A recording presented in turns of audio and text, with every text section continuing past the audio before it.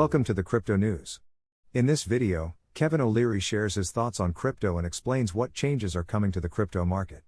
This is what he says. I mean, what was so interesting about this conference, which I've never seen in previous years, was the first day was dedicated to institutional investors, of which the majority do not own any crypto, and yet they packed the room. And so what they're interested in, and certainly I as an investor am interested in, is what are the policy metrics? And there's 5 in the market right now. Yellen just spoke minutes ago. You could call her the 6th if you want, but she's more of the same in terms of the POTUS executive order. So here they are in order of almost how they were brought to market. Number 1, Senator Lummis. She is crafting this massive bill. It's over 600 pages. It's huge. It'll probably be chopped into multiple pieces, but she's inviting everybody to the Hill that's interested, and she's asking for input from the private sector, including investors like me. We're all going there because we want our say, and as a result, it's a bipartisan effort. You don't see anything in Washington. So her policy embraces policy on Bitcoin, stablecoins, but not yet on NFTs. So that's what you know about that vector. Okay. So that's not going to address NFTs. Then there's POTUS's executive order. That's number 2.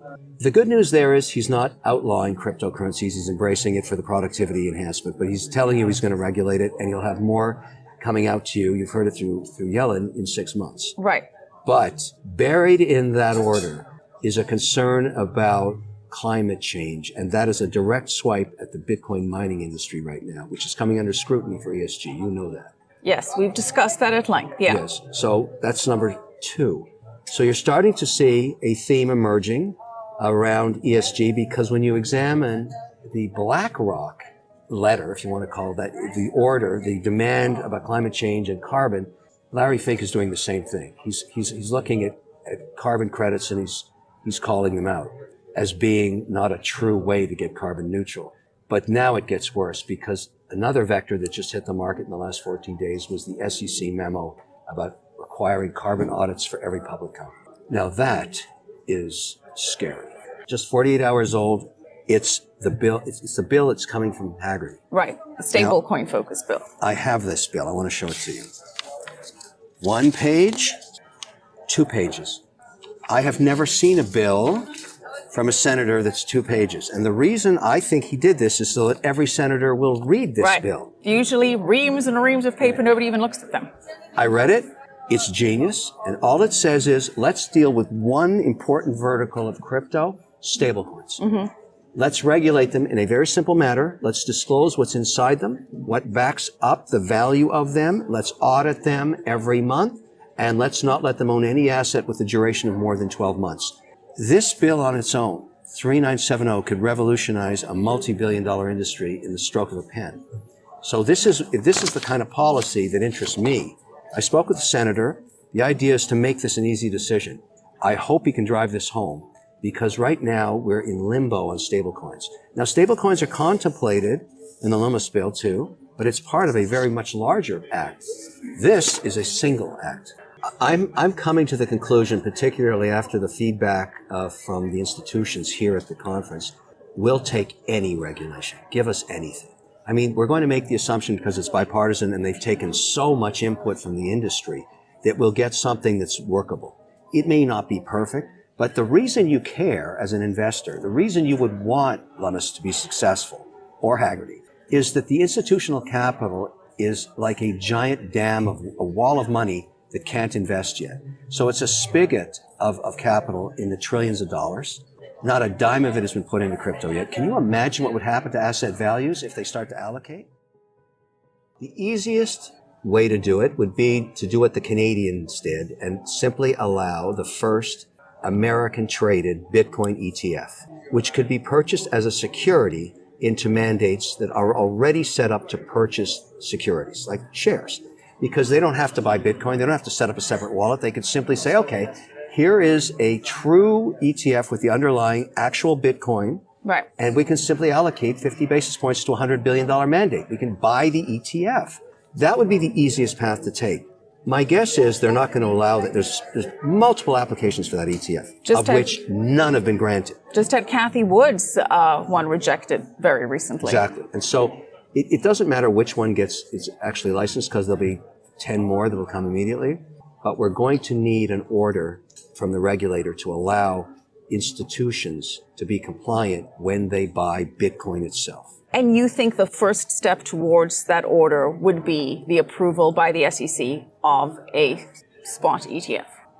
Yes. That gets the spigot open? It starts the spigot open. If that happened, it would be like what happened in Canada. To me, Canada is like a regulatory fishbowl. You test stuff there. and it's working. Nobody's been harmed by that ETF. And now they've got an ETF with Ethereum in it. And institutional clients in Canada and individual investors can put it into their portfolios. Right. And they are doing that. Billions of dollars worth of it has been allocated. But we need it to come from the regulator in the US because so much of the regulation around the world in other jurisdictions is based on SEC. And so I like what Haggerty's doing by saying, let's not try and solve all the world's problems. Let's just pick one asset in crypto. The easiest would be stablecoins. That may be the first to move. That would signal, and certainly the fact that this bill is out there would signal that there's an interest. And Toomey was on the air today saying the same thing. It's a good asset. The great thing about getting stablecoin nailed down on a regulatory basis in the US is that it creates a global currency backed by the US dollar. It keeps the US dollar as the currency of reference globally. And I don't know why regulators and lawmakers in the US wouldn't want that. They can do it with the sign of a pen, and everybody would get behind USDC or some other stablecoin, or maybe multiple stablecoins, but they're all backed by the US dollar. And so what I would like to see is the government license 10 stablecoins, just like there's a mutual fund from Schwab. There's one from Fidelity. They compete. I'll buy 4 or 5 of them, get diversity. There'll be slight nuances, slight differences. Maybe the interest rates on lending is slightly different. I just want competition from the ability to innovate and keep it stateside, make it backed by the US dollar, make the policy simple, make it transparent, make it auditable, and make it so that the assets that are underlying are not more than 12 months in duration. What impact does that have on Bitcoin? It would advance the value of Bitcoin in the sense they know regulation's coming. You're not going to regulate stablecoin and not Bitcoin. You're going to do both. The whole theme of this conference this year is regulation is coming, and it's a good thing. I have bad news for you. If you're not rich by now, you're screwed. And if you're in debt, you're even double screwed. How so, you might wonder?